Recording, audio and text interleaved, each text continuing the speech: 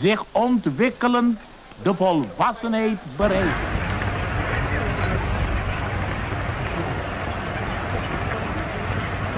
And if the weather permitted, I should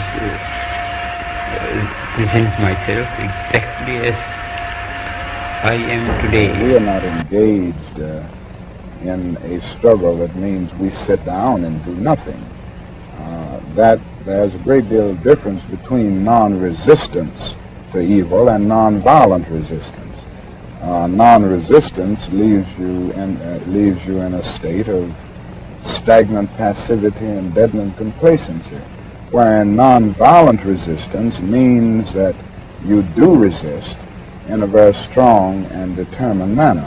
Non-resistance leaves you in a state of stagnant passivity and deadened complacency, wherein non-violent resistance means that you do resist in a very strong and determined manner.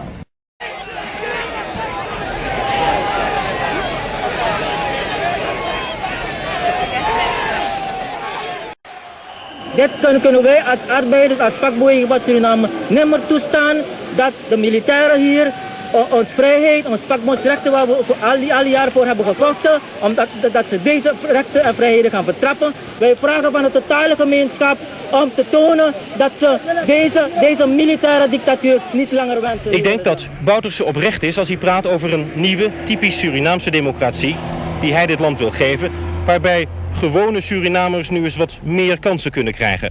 Maar hoe komt het dat zoveel van die gewone Surinamers de militairen nog steeds niet zien zitten? We moeten eerlijk zijn en natuurlijk zeggen, niet de hele bevolking staat natuurlijk nog achter de zaken, maar gaandeweg de beweging, gaandeweg het proces, terwijl je bezig bent, zal men inderdaad zien en gaan merken dat wij het oprecht menen met het land.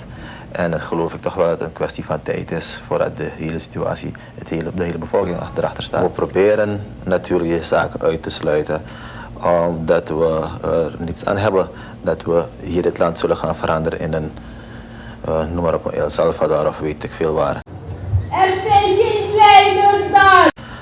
Omdat we er niets aan hebben dat we hier dit land zullen gaan veranderen in een, noem maar op, El Salvador of weet ik veel waar. See this as a time for action, a time for a lot of intelligent thinking, and I'm afraid it's a little exhausting, but we don't mind that, we can take it. We moeten eerlijk zijn.